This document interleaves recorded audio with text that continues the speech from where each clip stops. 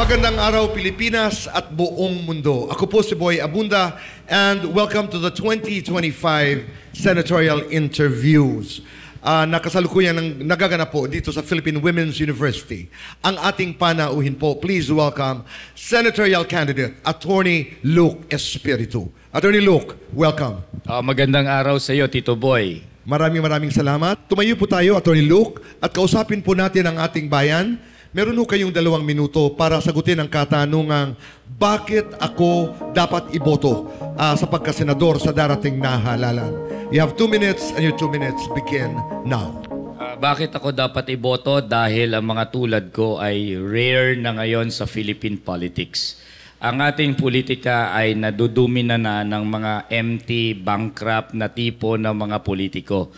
Walang bitbit na plataforma, ang bitbit ay simpleng budots, entertainment at ayuda. Ito ay nakakasira sa ating diskurso at ang ating mga masang Pilipino ay nahaharap sa matinding mga problema. Wala silang nakikitang mga solusyon sa kahirapan. Ang ating plataforma ay buhay na natin.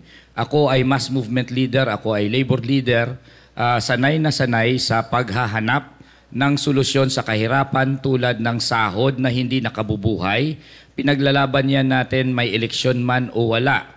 Tulad ng pagwakas ng kontraktualisasyon na napaka-importanting kwestiyon na matagal na nating pinaglalaban. May eleksyon man o wala, yan ay atin binibitbit. Tulad ng mga hinaing ng mga magsasaka, mga mangingisda, mga maralita, mga MSME. Yan ay part and parcel ng ating plataforma at bibitbitin natin sa Senado. At hindi yan isang pangako. Hindi tayo nangangako. Yan ay buhay natin bilang mass movement leader. Ibig sabihin, papasok ako sa Senado at hindi ko aalisin ang aking bihis, hindi ako magpapalit ng bihis bilang mass movement leader. Ako'y papasok sa Senado bilang labor leader pa rin. Kaya bit-bit ko rin ang passion ng isang labor leader na pinaglalaban ang cause ng mga naaapi sa ating lipunan, ng mga naaapi sa ating lipunan. Isa sa pinakabago at mabibit-bit natin sa Senado ay yung tapang at saka passion na hindi na nakakita natin sa ating mga politiko. Attorney Luke, maraming salamat. Please, dito po sa 6 na katanungan ito, Attorney Luke, ay pumili ho kayo ng 3 for your questions. Dito naman sa 6 na members ng ating panel, Attorney Luke, kayo pumili ng 2. Maraming salamat. Members of the panel na magtatanong po sa inyo ay estudyante mula sa JRU, si Lance Delmo. At ang pangalawa naman ay faculty ng JRU, si Claire Guevara. Samantala, narito, Attorney Luke, ang iyong unang katanungan. Ito'y may kinalaman po sa ICC. Tama ba ang ginawang pag-aresto at pagdala kay dating Pangulong Duterte sa The Hague? Oo, hindi, at bakit? Tama ang pag-aresto at pagdala kay Rodrigo Duterte sa The Hague. Dahil kapag hinayaan natin ng isang mass murderer na pumatay ng 30,000 nating mga kababayan, na mga may hirap, mind you, mga may hirap na galing sa basihang masa, kapag hindi natin pinarusahan yan ay magiging president. President sa ating bansa at tutularan. Ang bansa nating, bansang Pilipinas, ito ay factory ng mga mass murderer. Dahil ang ating political na sistema dito ay hawak ng mga political dynasty. At alam natin na ang mga political dynasty ay pumapatay. Ang mga political dynasty ay gumagamit ng harassment, intimidation para sila ay manatili sa pwesto. Tanungin mo ang experience ng ordinaryong Juan doon sa mga lugar na pinamumunuan ng political dynasty. Pag sila ay kumontra sa dinastiya, wala silang benepisyo, wala silang public service, wala silang ayuda, at the same time natatakutin sila at umaabot na nga yan sa patayan. Ang bansang Pilipinas ay the deadliest country for journalists and media practitioners. Bakit? Kapag ang ating mga media practitioner ay kinriticize nila ang political clan o political dynasty, patay sila. Ang mga estudyante na mga nagkikriticize sa dynasty, nakaka-experience ng harassment. I know that firsthand. I went to Camarines Sur. So, ang ating bansa at ang lipunang Pilipino ay talagang magkikreate ng mga tulad ni Rodrigo Duterte kung saan ang impunity ang nagiging rule sa ating bansa. Kung hindi natin paparusahan ang mga tulad ni Duterte, makaka-encourage lang yan sa mga abusado sa ating pwesto na gumamit ng dahas, gumamit ng security forces, gumamit ng mga pulis at militar upang pumatay with impunity. Importanteng maparusahan si Rodrigo, importanteng magkaroon ng example ng justice. Ang unang follow-up question ay magagaling kay Claire, isang guro, sabi ko nga mula sa JRU. Claire. Attorney Luke, nabanggit niyo po ang political dynasty. Ako po, gusto ko lang pong compare. Dahil sa pamilya po namin, ang aking pong ama, ang ina ay guro. Ang ako po ay, kaya po siguro ako ay nagguro. Kung hindi po natin bibigyan ng mali siya, ang political dynasty, hindi po kaya dahil lang ang kanilang background ay ang kanilang mga magulang ay nasa gobyerno, kaya sila rin po ay nagkaroon ng puso para maglingkod sa bayan? Hindi ganun ka-neutral ang paliwanag sa pagkakaroon ng political dynasty. Unang-una, sila ay dynastiya dahil meron silang pinagkakakitaan sa lugar kung saan sila ay nagahari. Ang mga dynasty natin ay kumikita sa korupsyon, sa mga SOP, sa public works. Ang mga dynasty natin ang involved sa mga minahan, sa mga quarrying. Ang dynasty natin involved sa mga illegal gambling, illegal drugs. Ang dynasty natin ang involved sa mga land grabbing. Kaya sila nasa pwesto ay upang mapanatili ang kanilang mode of accumulating wealth. At para sila magtuloy-tuloy sa ganyan, kailangan talaga nilang ipamana ang pwesto sa kanilang mga anak, mga asawa, sa kanilang pamilya because it is a matter of survival for their own economic operation. At kailangan nilang gumamit ng dahas dahil hindi naman totoo na they are freely voted into office. Walang mabuting dynastiya. Wala. Lance, go ahead. Paano nyo po pinaplano na puksain ang political dynasty kung malalaking tao po ang binabangga ninyo? I am a mass movement leader. I do not jettison my personality as a mass movement leader when I enter the Senate. I am very much a mass movement leader when I enter the halls of the Senate. And as a mass movement leader, I do organize the masses. I organize the laborers, I organize the workers in order to fight for their rights.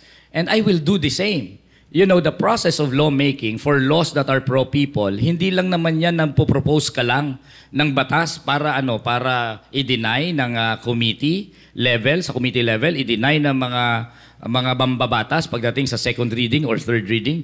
It's not like that. The land reform law, for example, was passed through a Congress dominated by our landlords because there is a mass movement that forced their hand. And I very much intend to use my position as senator in order to build a mass movement against the dynasties at the same time that I will propose an anti-dynasty legislation. Who asks the final follow-up? Attorney Luke, babalik lang po ako sa usaping ng ICC. Sa tingin niyo po ba patay na po ang hustisya sa ating bansa na kailangan pa po natin ang tulong ng isang international criminal court? I am a lawyer. I know very well that our justice system has its weaknesses. Simpleng murder siguro pwede. Di ba? Pagpatay ng isa o dalawa, pwede. Kaya ng ating mga investigatory agencies mag-produce ng mga proof at kaya ng ating justice system na elitist yan. Pero we are talking here about mass murder. We are talking here about a systematic way of killing kung saan ito ay ilalagay mo ngayon sa isang justice system. Na in the meantime, itong justice system na ito, ang justice system na to has acquitted Imelda Marcos for all charges of graft and corruption. Why? Medyo komplikado, medyo matinding mga proof ang kailangan, ang ating mga investigatory arms hindi ready sa ganon. Pero these international bodies very well has an experience. They have punished the Nazis during World War II. Therefore, it is more with confidence that I would say na kaya ng international bodies na ito. Salamat, Attorney Luke. Ang iyong pangalawang katanungan ay may kinalaman sa PhilHealth. Kung mananalo ka sa eleksyon, isusulong mo ba o hindi ang pagbabalik ng 60 billion pesos mula sa PhilHealth na napunta sa infrastructure, health and social services projects ng pamahalaan? Dapat lang ibalik kasi illegal yung pagtanggal ng pera ng PhilHealth na galing sa kanyang mga reserve fund. Ang reserve fund ay talagang tinatalaga ng batas na magkaroon ng PhilHealth dahil hindi naman pwedeng ubusin ng PhilHealth ang kanyang pera in order to cover all the claims ng benefits sa PhilHealth system. Kasi insurance pa rin yan eh. Kailangan niya talaga magreserba. Anong ginawa ng gobyerno? Sabi ng gobyerno, teka muna, ang dami mong reserve fund. Kunin ko kaya yung, it's not only 60 actually, it's 90 that is slated. 89 actually to be exact. Yes, that is slated to be brought back to the Philippine government. And illegal yun. Illegal. Kasi sasabihin ng gobyerno, kasi meron naman kaming subsidy, di ba? At ang subsidy naman namin ngayon, hindi nagagamit dahil malaking reserve fund. Of course, kailangan ng reserve fund ng PhilHealth. It will be used eventually. Pag tinanggal mo yan, di hindi na makukover ang mga subsequent claims ng ating mga kababayan. Illegal yan dahil unang-una, obligado rin sila magbigay ng subsidy. Obligado ba as a matter of law? Ang ating batas, ang ating sin taxes nakalagay na dapat part of it ay ibigay para sa kalusugan. Ang ating universal healthcare law, yung nakasaad na lahat ay miyembro ng PhilHealth, registered man o wala, may pambayad man ng premium o wala. Sino magbabayad ng premium para dun sa mga hindi makapagbayad ng premium? Yan yung ating government subsidy. Kung babawiin mo yan, anong mangyayari? Di ibig sabihin, violate mo ang batas, mandating you to put in public funds for PhilHealth. Dapat talagang ibalik yan dahil illegal yan. Kahit sabihin kong gusto kong hindi ibalik, illegal yun eh. Diba? You will be at the risk of violating the law. Siyempreng dapat ibalik yan. And added to that, kailangan talaga natin pangalagaan ang kalusugan ng ating mga kababayan. Clear. Attorney Lou, kung sakali pong maibalik sa PhilHealth, ano po sa tingin niyo ang dapat gawin ng PhilHealth para lalo pa pong ma-improve ang kanilang serbisyo para sa bayan? Kailangan ng PhilHealth i-cover niya ang mas malawak na mga pangangailangan ng ating mga kababayan. As of now, it's like 14% lang ang kino-cover ng PhilHealth. 40% pa rin ang out-of-pocket expenses. While ang universal healthcare law natin, ang idea niyan, ay i-reduce ang out-of-pocket expenses ng mga Pilipino to virtually zero. At mas malawak dapat na i-cover yan ng ating insurance, public insurance system.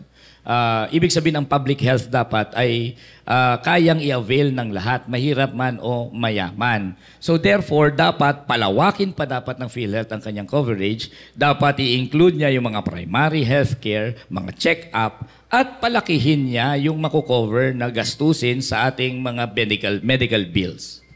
Lance? Attorney Luke, would you amend the universal healthcare? Well, I would like to, whatever amendment that I would do is in order to improve yung pag-apply or implement ng idea behind it. That the idea behind it, ang ating mga kababayan dapat hindi mamamatay dahil wala silang pambayad sa bill. Diba? Kailangan ang public monies ay dinidevote sa kalusugan ng ating mga kababayan. And of course, part of that is actually to amend our health system altogether. Ang health system natin kasi hindi nakatuon doon sa community level eh. Dapat sa community level, nandun na, ina-address na ng gobyerno ang health needs ng mga Pilipino. Dapat ang ating mga healthcare workers ay nagpo-provide ng healthcare needs in order to prevent diseases and sickness at huwag mag-aggravate na dadalhin mo pa sila sa ospital. Hand in hand with that, kailangan dyan i-amend ang universal healthcare law. Final follow-up, Claire? If elected po, isusulong nyo ba na wag nang gawing mandatory ang PhilHealth? Mandatory for... Mandatory ang pagko-contribution sa PhilHealth. Ang kailangan siguro gawin nating mandatory pagdating sa mga employer, ano? Kasi or gawin nating mas malaki rin ang share ng gobyerno. Kailangan ang ating mga kababayan dahil sila'y nagtatrabaho na, 'di ba? Nag-contribute na sila sa ekonomiya. Ang kanilang lakas paggawa nagke-create ng wealth, nagke-create ng surplus sa ating mga kumpanya, sa ating mga businesses.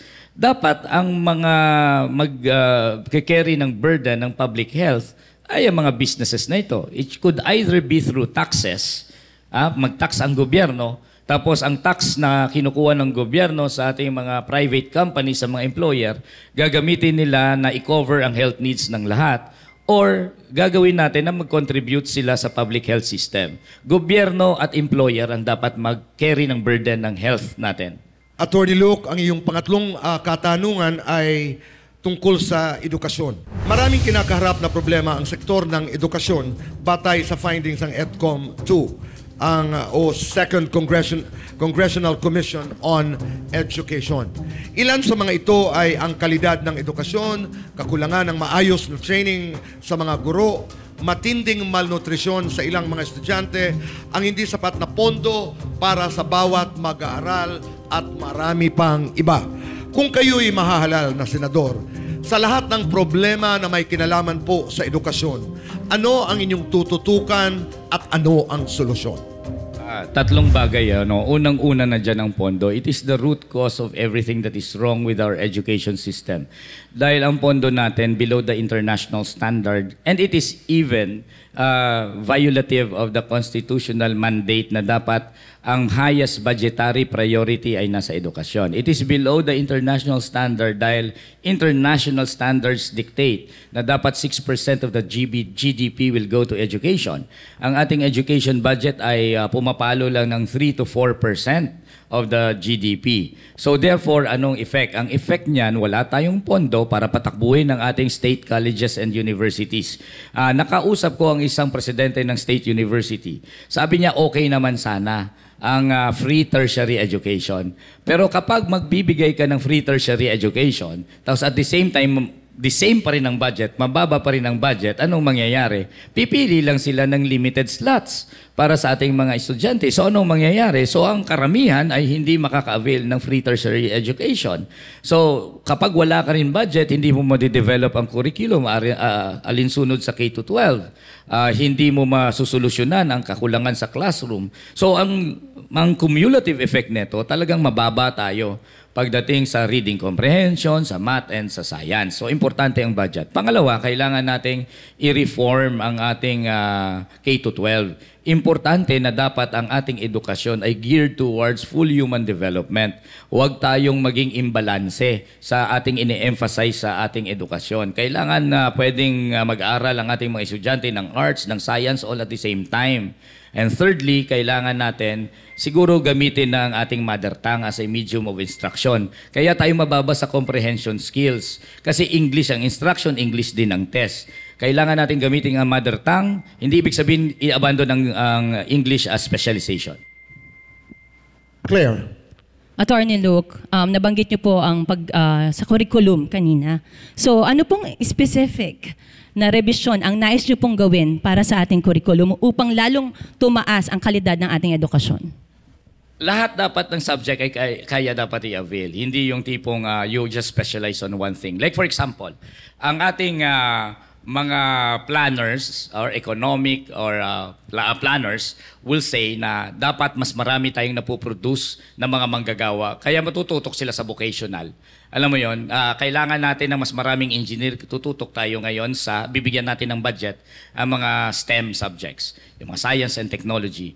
And meron pang usap-usapan tigilan na natin ang pagturo ng mga history, tigilan na natin ang pagtuturo ng mga arts.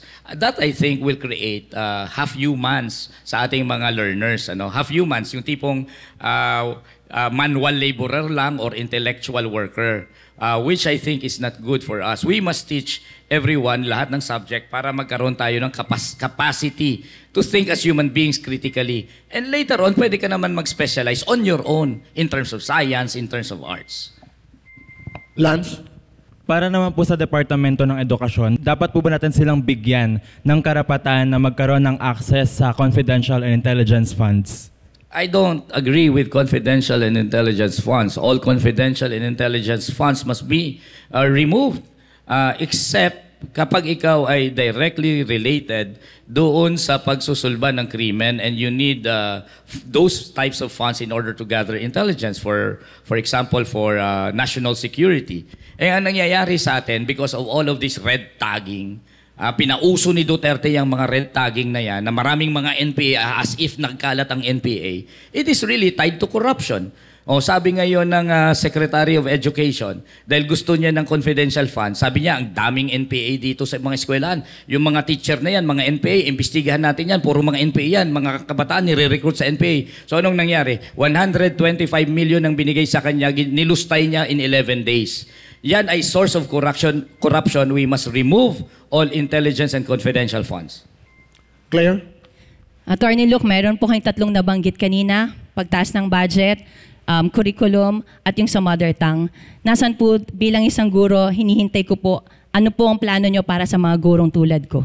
Kailangan natin itaas ang sweldo ng mga guro. Imagine mo, mas mataas bang sweldo ng mga pulis at militar sa ating mga guro. Di ba? Ang mga guro natin ang nasa frontline ngayon ng pag-mold ng new generation, importanteng edukasyon para sa ating lipunan. Ang bababa ng sweldo ng mga guro. Kailangan itaas ang mga sweldo ng mga guro.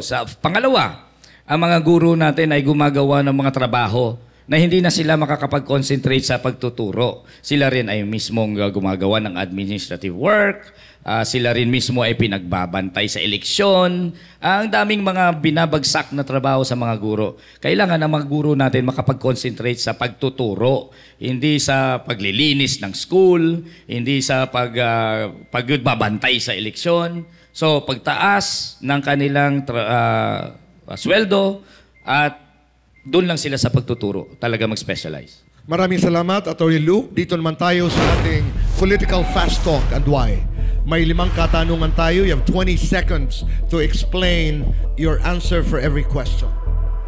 Atty. Luke, kung ikaw ang masusunod, dapat bang college graduate ang mga senador o presidente at bakit? Hindi.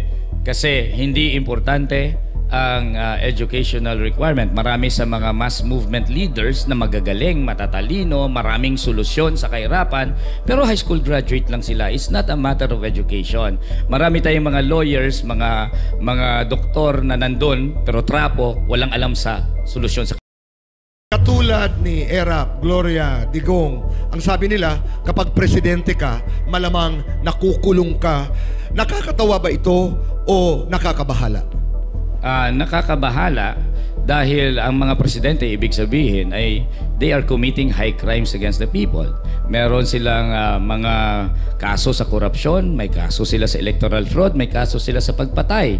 Ibig sabihin, our country is fast becoming a nation of killers and plunderers at na kailangan natin i-correct.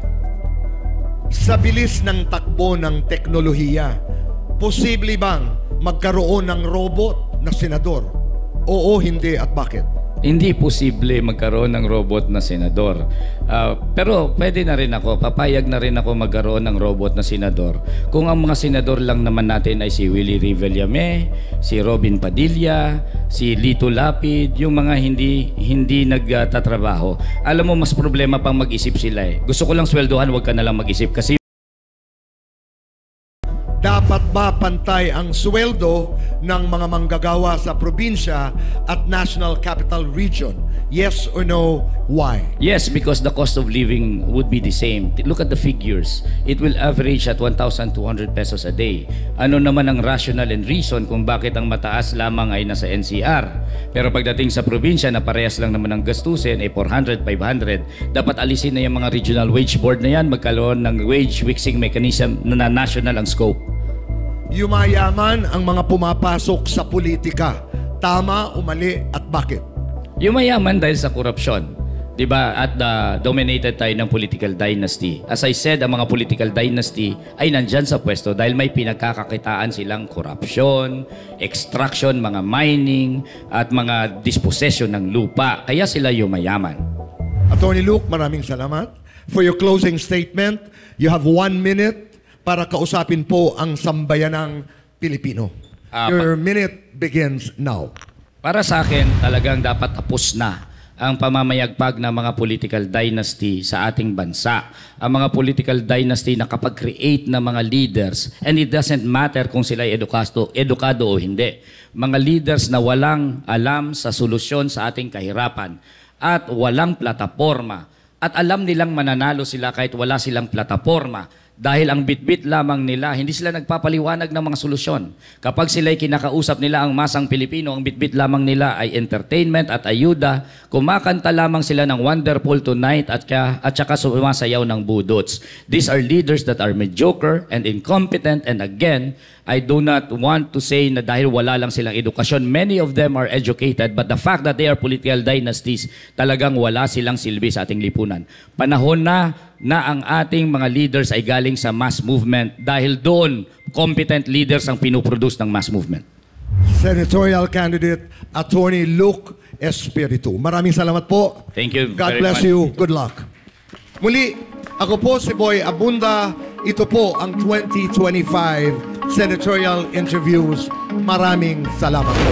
This special was presented by the Philippine Star, Infinite Monkeys, Philippine Women's University, and Jose Rizal University, Adamson University, La Carmela de Boracay, JC Organic Barley, Shomai King, and the Boy Abunda Talk Channel, sponsored by Silpol Joyce Furniture Lights and Decker, 7, located at B6 Bonifacio High Street, Taguig, and Seimada by La Luna Cafe, located at 103 ML Quezon Avenue, Hagunoy, Taguig, Tetet and Porky's Party Trays, and Isos Food Cart. In the lead up to the 2025 midterm elections, one platform dares to ask the important questions. This is the 2025 Senatorial Interviews. Upon arrival at the interview venue, each candidate is given a briefing on the flow and mechanics of the program. Each candidate begins with the question that starts it all: why should the people vote for you? They have 2 minutes to convince us. Next, the candidate draws 2 panelists from a pool of 6 teachers and students from 3 universities. The candidate then selects 3 questions from a list of 6 prepared by the 2025 Senatorial Interviews team. For each question, the candidate has 2 minutes to respond. After each main answer, the selected panelists ask up to 3 follow-up questions. The candidate has 1 minute to answer each of these. Then comes the political fast talk and why with Boy Abunda. 5 questions with 20 seconds to answer each question. And finally, the last word. Senatorial candidates get 1 minute to deliver that final message to the Filipino people. This is a test of conviction, character, and heart. The 2025 Senatorial Interviews.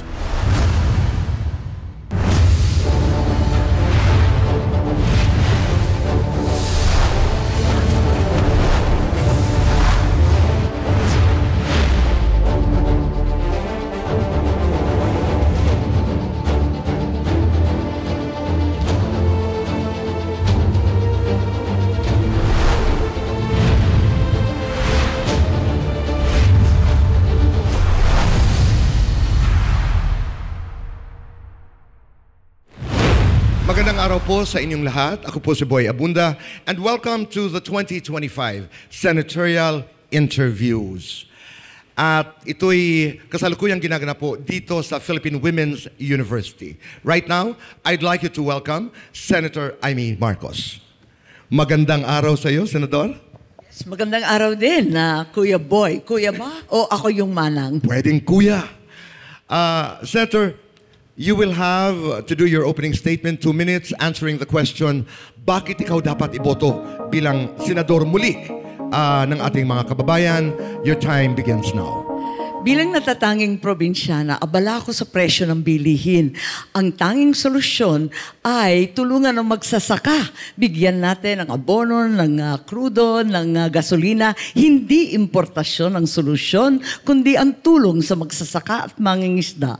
Ganon din ang mahihirap, ang ating social welfare, ang ating mga senior citizens, ang mga single parents, ang mga severely challenged PWD. Tulungan natin sila. Higit sa lahat, yung ating mga ospital. Simulan na natin. Yung nanay ko, nagpatayo ng Philippine Heart Center, Kidney, Lung Center, Children's Center. Panahon na ikalat ito sa lahat ng sulok ng ating kapulungan para hindi na kailangan isugod sa Maynila pa. Higit sa lahat, talaga naman may track record na rin tayo.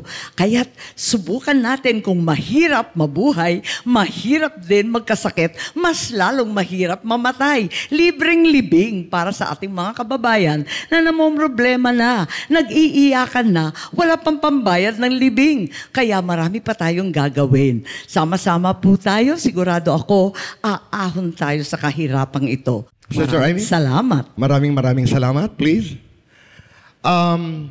Bahagi ng rules ng ating interview ay kayo pipili sa ating question cards. 3. Ito ba? Yes, 3. You choose 3. Nako ha. Okay. tatlo, At, ayan. Ayun. And Okay. then, itatanong mo sa you akin. will have to choose dalawang panelists. Ay, ganun. Dalawang panelists ang magtatanong sa iyo. Okay. There. Ayan. Maraming salamat, Senador. May mas malupit ba at may mas mabait ba? Ganun ba yun? Ang mga panelists na iyong napili ay si Robin, isang estudyante mula sa Adamson University. Ayan. afternoon po, Senator. Good afternoon din. Kumusta Okay. kayo?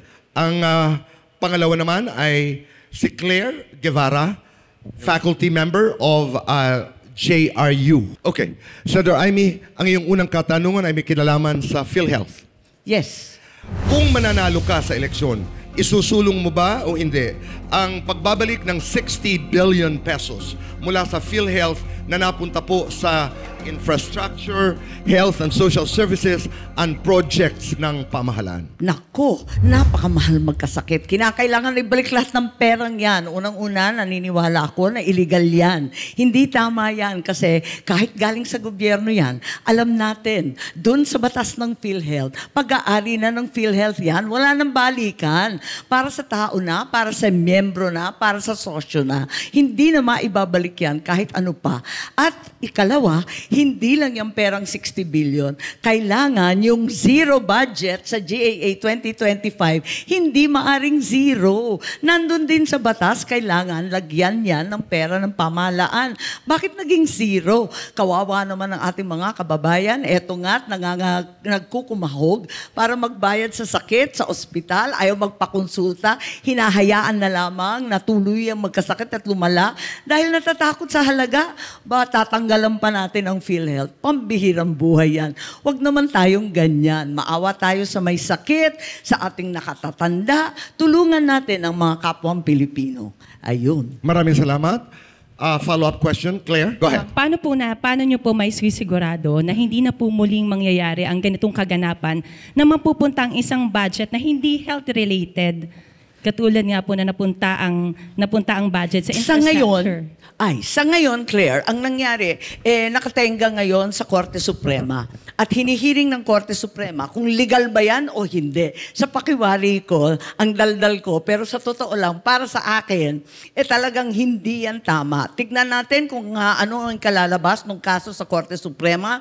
Ipinagdadasal ko na hindi papayag yung Korte dahil talagang kinakailangan ng ating taong bayan lahat yan. At lahat talaga nagninikluhod para bayaran yung chemo, yung dialysis, hindi talaga kayanin. Okay, Robin? Magandang hapon po, Senator. Tanong ko lamang po bilang estudyante, kaugnay din po sa kalusugan, malaki po ang risk namin na magkasakit.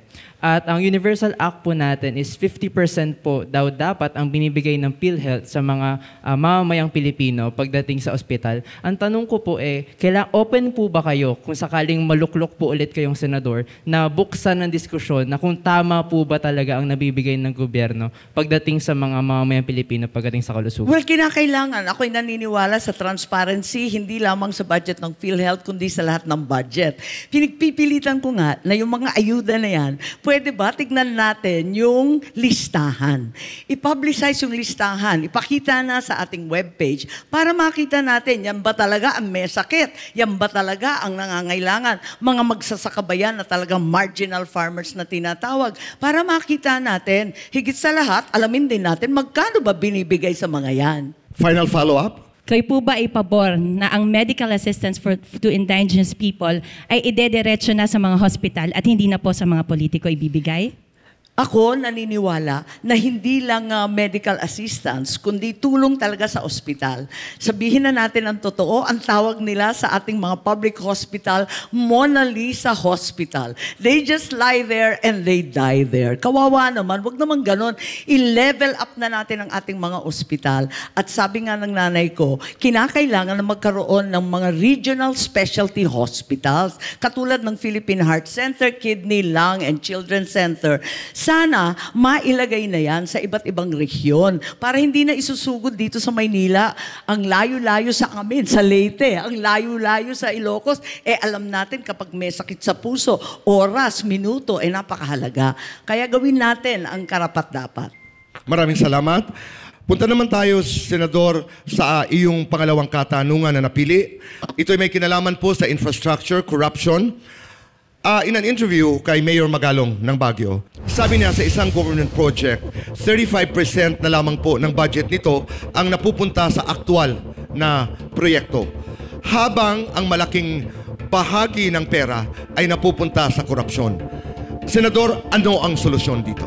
Yes, talagang nakakatakot ang ginagawa nila at nakita natin napipinsala ang iba't ibang kabataan. Bumabagsak ang tulay, nasisira yung flood control, sangkatutak na mga building na bumabagsak kasi ang sama-sama ng pagkagawa. Nakikita naman at naririnig na talagang tama si Mayor Magalong at mas malala pa kung minsan kesa sa 35%. Umaabot pa sa 20% na lang. Ano naman yun? Karampot na project na lang ang matitira. Kaya kinakailangan sundan natin yung totoong bidding na talagang yung qualified contractors lamang. Huwag naman lahat ng politiko naging contractor na. Ang sagwa naman, hayaan natin ang mga professional na engineer sa DPWH. Marurunong yung mga yan. Kailangan lang bantayan. Lahat tayo, manmanan natin ang maigi at tutukan. Hanggat maaari, gamitin rin natin ang teknolohiya. Importante ang technology. Pagkat yung bayaran dyan, yung down payment, nakatutok na. Kung maaari, avoid human contact na. Tapos, yung mga drone equipment, ikalat din natin para na-i-inspeksyon ng maigi, step by step ng mga nangyayari para walang dayaan sa mga bakal na ginagamit, sa uri ng semento. Tutukan ng CCTV yan. Tignan natin kung hindi magkabukingan yung pandaraya. Follow-up question? Yes po, Senator Amy, nabanggit niyo po ang mga co-contract, no? Nais ko pong itanong kung meron na po bang lumapit sa inyo yung nagko-contract po? Yun na nga ang pinakamasaklap dyan. Napakarami na ng politiko na naging kontraktor na rin. Naku, talaga naman ang sagwa talaga tignan. Kaya kinakailangan siguro ibalik sa profesional, ibalik sa tunay. Unang-una yung listahan ng mga qualified contractors, tignan natin. Kasi papalit-palit daw ng gamay, binibenta na daw yung mga kontrata, tapos yung nakakadali, ibebenta sa totoong kontraktor. Ang sagwa talaga nun at nauubos yung pera. Babayaran ng percent, nababalitaan ko pa, may 30% unang hulugan, tapos meron na naman 10% sa kanino, iba pang opisyal, meron na naman percent yung DPWH, meron na naman percent sa lokal. Ano na lang natitira sa project na yan? Halimbawa, kung tulay yan, naku, babagsak.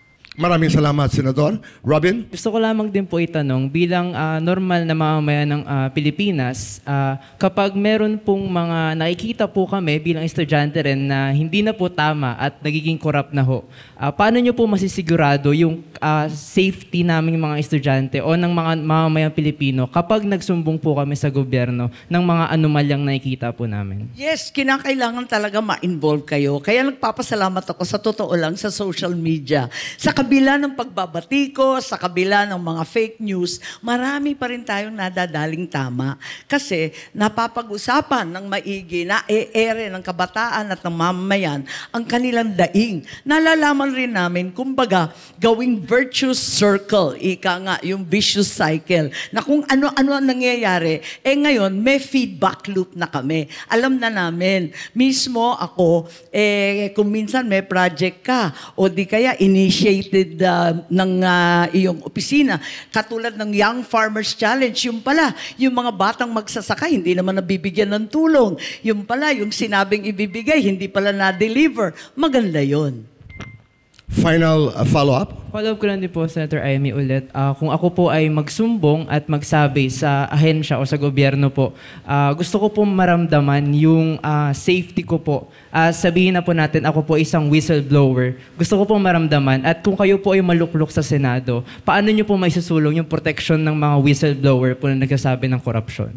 Yes, tama. Alam natin na kung minsan malupit ang sinasapit ng ating mga whistleblower, nakakasuhan pa, ang ending, siya pa yung yung nagkakakaso, baliktad. Kaya kinakailangan higpitan natin yung batas tungkol sa whistleblowing, bigyan natin ng witness protection, tulungan natin, at higit sa lahat, i-publicize natin. Iba na yung nilalabas sa publiko. Nagkakagulo pag linilihim. Talagang hindi maayos kapag nasa diliman. Sabihin ang katotohanan, alamin ng lahat, at yun na ang pinakamabuting proteksyon. Senador, dito na tayo sa ating pangatlong katanungan. Ito'y may kinalaman po sa issue sa ICC. Ang tanong ay, tama ba ang ginawang pag-aresto at pagdala kay dating Pangulong Duterte sa The Hague? Oo, hindi, bakit? Hindi. At ako nag-iimbestiga niyan, kaya natutuwa naman ako na yan ang tanong. Pero nakita natin na talagang mali ang mga nangyari. Hindi kinilala ang ating konstitusyon. Yun ang pinakamataas. Kahit meron tayong pakikisama sa Interpol at ICC, ang dapat mauna yung Bill of Rights at yung karapatan ng akusado. Kaya hindi dinala sa kanyang husgado. Dapat dadalhin yan sa Filipino Court, dapat may sariling counsel ang kanyang abogado. Hindi pinapasok yung kanyang anak si VP Sara na siyang tinatawag niya na bilang abogado, at saka yung immediate family, miski yung ordinaryong preso, pinapapasok yung immediate family. So sana binigyan na lang ng pagkakataon, at kinakabahan tayo pagkat hindi ito ang huling warrant of arrest mula sa abroad, kundi may susunod pa yung mga pulis, yung iba pang pinanglanganan. Sana naman gawin natin sa tamang proseso. Higit sa lahat, dagok naman yata sa ating husgado. Meron naman judiciary ang Pilipinas. Mahuhusay ang ating mga huwes. Kahit mabagal, kahit kinakailangan magtiis, abay, napakaraming magaling na abogado dito sa Pilipinas. Bakit hindi na lang dito ang paglilitis? Follow-up question, Claire? Okay, Senator Amy, paano niyo po binabalanse? Yung pagko-comfort niyo, sabi niyo nga po si VP Sara ay nandoon, nagtitiis, at dito naman po ang Pangulo po si BBM. Paano niyo po binabalanse po ang mga ganung bagay? Hindi nga ako nakakabalanse. Parang off-kilter na nga ako. Hirap na hirap ako. Nagiging collateral damage na nga ako. Dahil yun nga, kapatid ko ang ating Pangulo. Pero trabaho lang. Wala tayong magagawa. Kinakailangan na ipagtanggol natin ang bawat Pilipino, kung sino man yan. Naglunsad ako ng investigasyon, hindi dahil pro Duterte, kundi nag-iiyakan na ang taong bayan. Nagkakagulo na sa mga lansangan. Inisip ko nang kung malaman natin ang katotohanan, baka magkalma, baka maintindihan natin. Subalit, nung nagtatanong ako, nako, mas lalong gumulo yung kwento, mas lalong nagalit ang lahat kasi hindi tumutugma. Kaya't eto nga, napakahirap talaga ng sitwasyon ko, pero wala itong kinalaman sa kaibigan, kamag-anak, sa hunot dulo, ang katotohanan at ang batas ang dapat umiral. Robin? Tatanong ko lang po, base po sa pagkakaintindi ko, sabi niyo po kanina na mabagal at kailangan magtiis natin sa sistema ng hustisya dito sa Pilipinas.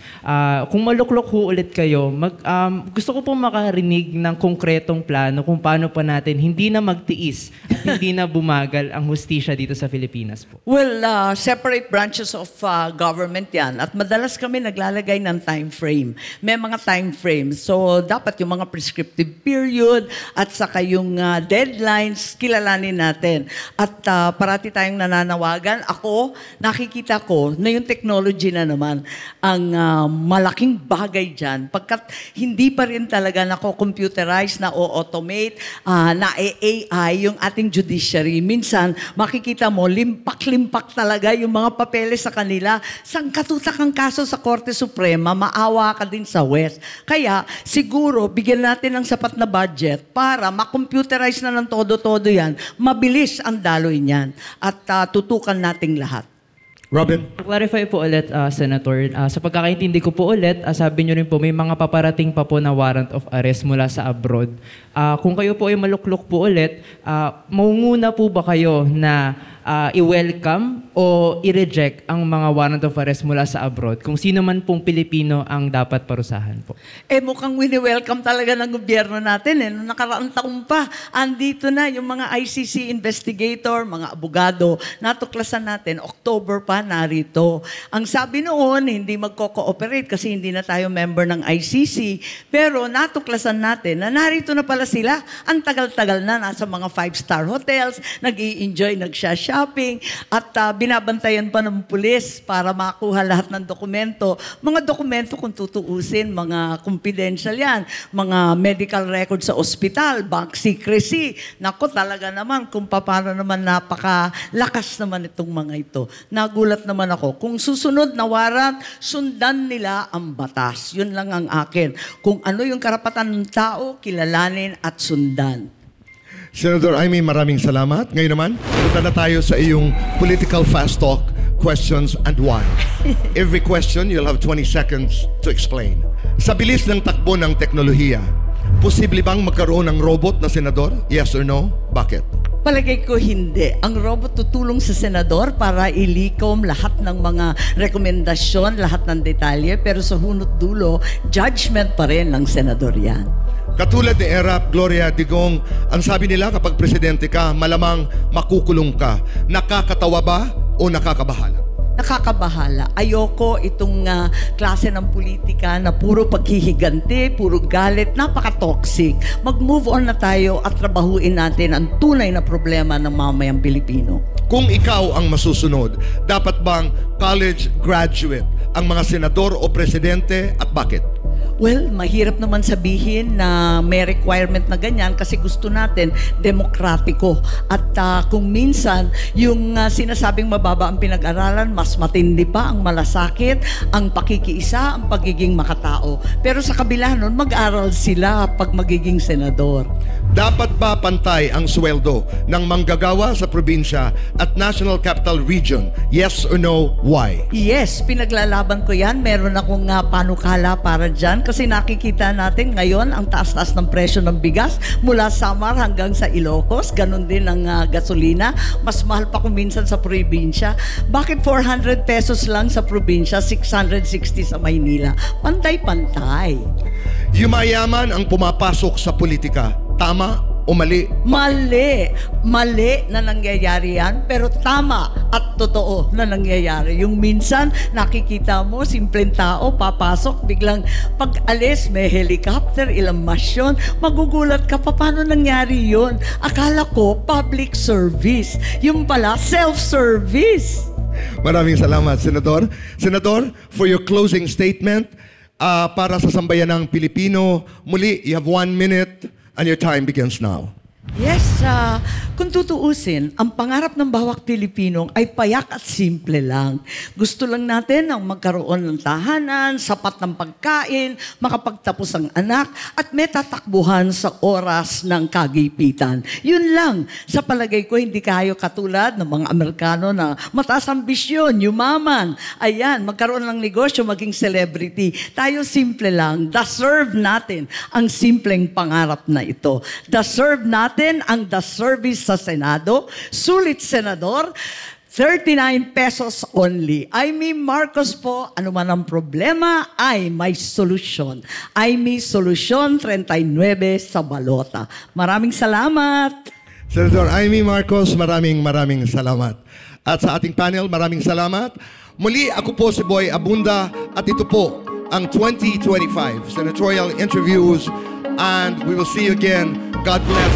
This special was presented by the Philippine Star, Infinite Monkeys, Philippine Women's University, and Jose Rizal University, Adamson University, La Carmela de Boracay, JC Organic Barley, Siomai King, and the Boy Abunda Talk Channel, sponsored by Silpol Joyce Furniture Lights and Decker, 7, located at B6 Bonifacio High Street, Taguig, and Seymada by La Luna Cafe, located at 103 ML Quezon Avenue, Hagunoy, Taguig, Tetet and Porky's Party Trays, and Isos Food Cart.